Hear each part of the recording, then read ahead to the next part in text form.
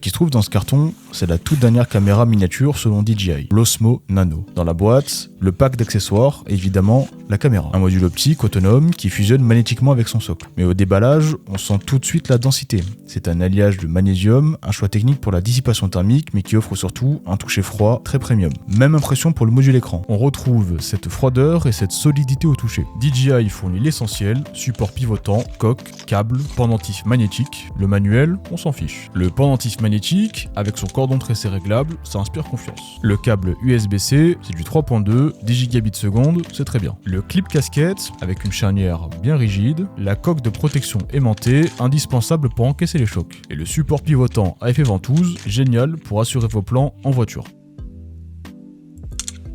Regardez cette optique. DJI a réussi à intégrer le plus grand capteur du marché dans l'une des caméras les plus petites du monde.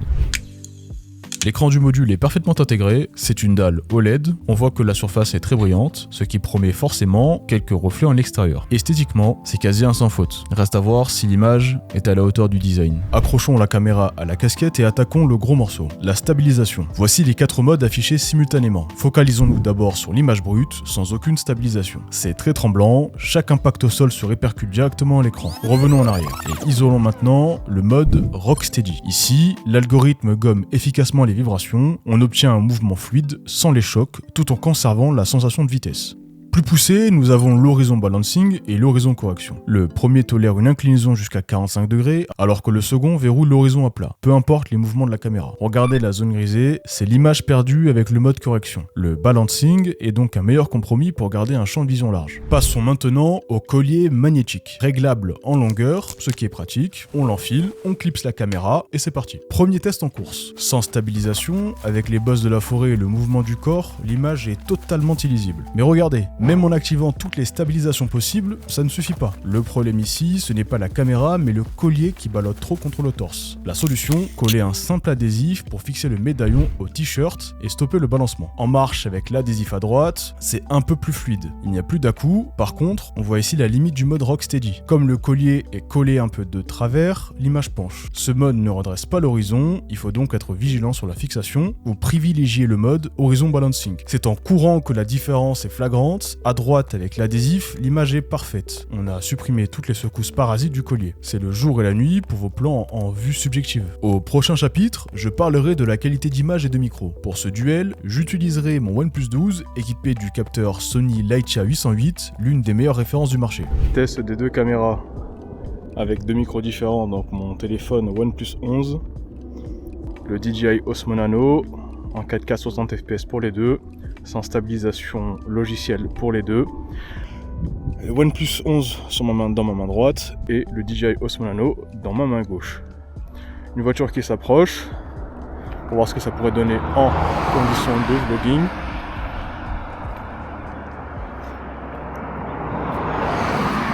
Ok.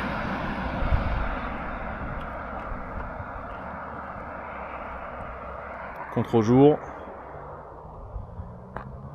À l'image, nous avons à gauche l'Osmo Nano en mode Rocksteady et à droite le téléphone avec la stabilisation active. Notez bien que sur ce mode, le smartphone est bridé à 1080p 60 fps. Même si la fluidité est là, l'Osmo Nano prend clairement le dessus. L'image est plus riche avec une meilleure définition et des couleurs bien supérieures. En parlant de couleurs, pour la post-production, le mode D-Log M est un atout. L'image sort très grise pour garder du détail, ce qui permet d'appliquer ensuite votre propre colorimétrie ou d'utiliser celle que DJI propose directement sur son site internet. Concrètement, cela sert à étendre la plage dynamique pour gérer les forts contrastes. Vous pourrez récupérer de la matière dans un ciel surexposé ou des détails dans les zones sombres, là où un profil standard aurait perdu l'information. Ici, vous avez à gauche le mode 10 bits normal, sans aucun traitement, et à droite le mode 8 bits. Techniquement, le mode 10 bits enregistre beaucoup plus de nuances de couleurs. Ça se voit concrètement dans le ciel ou les zones unies. Les dégradés sont plus doux et on évite les effets de bandes disgracieuses. Notez que la caméra filme jusqu'en 4K 120 images par seconde pour les ralentis. Elle gère aussi très bien les timelapse et les hyperlapses. Allons un peu plus dans le détail de cette caméra. Parlons d'abord du rapport poids-puissance car c'est assez déroutant. Quand on la prend en main, on réalise qu'elle est 3 fois moins lourde qu'une caméra d'action traditionnelle. Ce poids-plume sert un but précis. Elle a été designée pour être aimantée instantanément. C'est cette praticité et cette discrétion absolue qui permettent de l'oublier sur le torse et de filmer sans attirer les regards. Si on regarde les chiffres, face aux 157 grammes d'une Hero 13 ou aux 146 grammes de l'Action 5 Pro, l'Osmo Nano tombe à 52 grammes. Le plus bluffant, c'est qu'elle est techniquement plus légère que sa concurrence concurrent direct, l'Insta360 Go Ultra, qui affiche certes qu'un gramme de plus, mais avec des compromis techniques bien plus grands. Compromis qu'on va voir en détail. Rapprochons-nous de l'optique pour découvrir les 3 éléments clés de cette machine.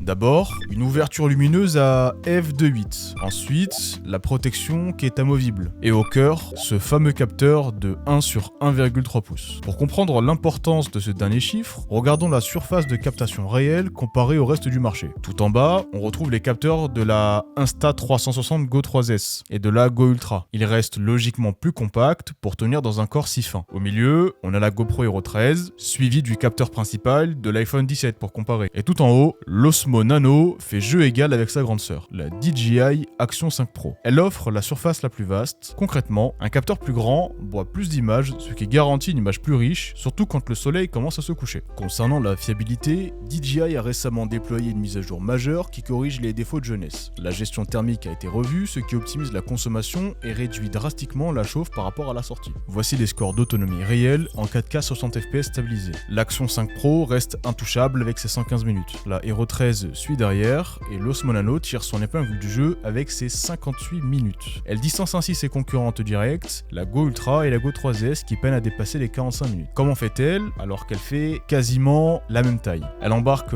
la même technologie de batterie haute densité que l'Action 5, mais miniaturisée. C'est le meilleur ratio autonomie-encombrement actuel. Et pour ne jamais brider votre créativité, le boîtier permet de recharger la caméra jusqu'à 2 fois et demi. En pratique, grâce à la recharge rapide, il suffit de 18 minutes pour récupérer 80% de la batterie. Au final, la DJI Osmo Nano est une prouesse d'ingénierie, mais est-elle faite pour votre usage? Soyons clairs, cette caméra est faite pour vous si vous êtes un créateur, voyageur ou vlogueur et que vous cherchez la meilleure qualité d'image possible dans le format le plus discret. Si vous voulez du point and shoot magnétique sans sacrifier la 4K, le 10 bits et la dynamique, c'est actuellement imbattable. Par contre, passez clairement votre chemin si vous êtes un sportif de l'extrême qui a besoin de 4 heures d'autonomie non-stop ou si vous avez besoin d'une caméra tank à jeter contre les murs. Pour ça, l'Action 5 Pro reste la reine de la survie. Pour moi, c'est le complément parfait du smartphone. Si vous êtes intéressé par la caméra, je vous ai mis le lien direct dans la description juste en dessous. N'hésitez pas à aller la voir. Merci d'avoir suivi ce premier test qui sera, je l'espère, le premier d'une très longue liste.